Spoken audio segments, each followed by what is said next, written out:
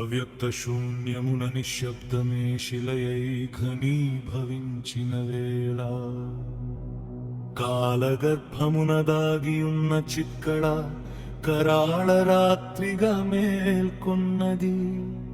మహాప్రళయ సంగ్రామరాజమునా సకల చరాచర సృష్టికి మూలమైన పరా ప్రకృతి విలయ జ్వాల తోరణముగా ఆవిర్భవించిన మహోగ్ర ఘట్టమిది.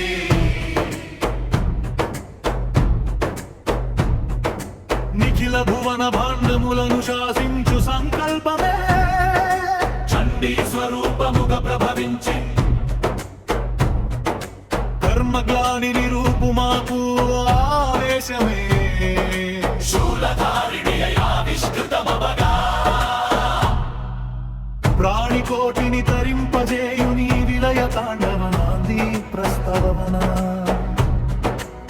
అసుర సంహారార్థమై రగిలిన అగ్ని పునీత నివేదన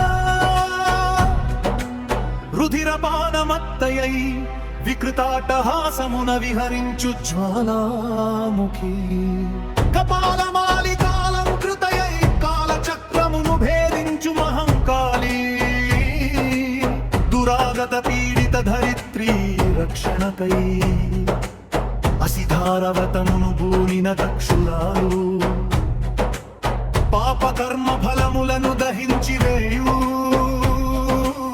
కరుణామయీ సమర పిపాసి అనంత బ్రహ్మాండమే కంపించునట్లు నీ పాద కర్తనలు సాగుతుంటే మృత్యుదేవతకే ప్రాణ భయమావహించి నీ దాసానిదాసురాలై నిలిచినది.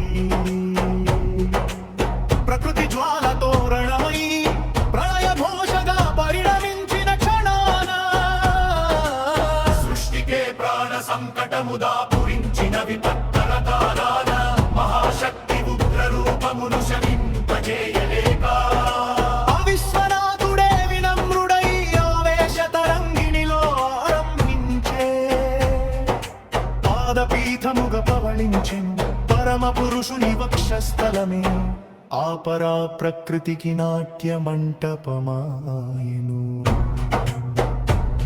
లయకారుడే శరణాగతుడై విశ్వశాంతికై నిన్ను ప్రార్థించెను.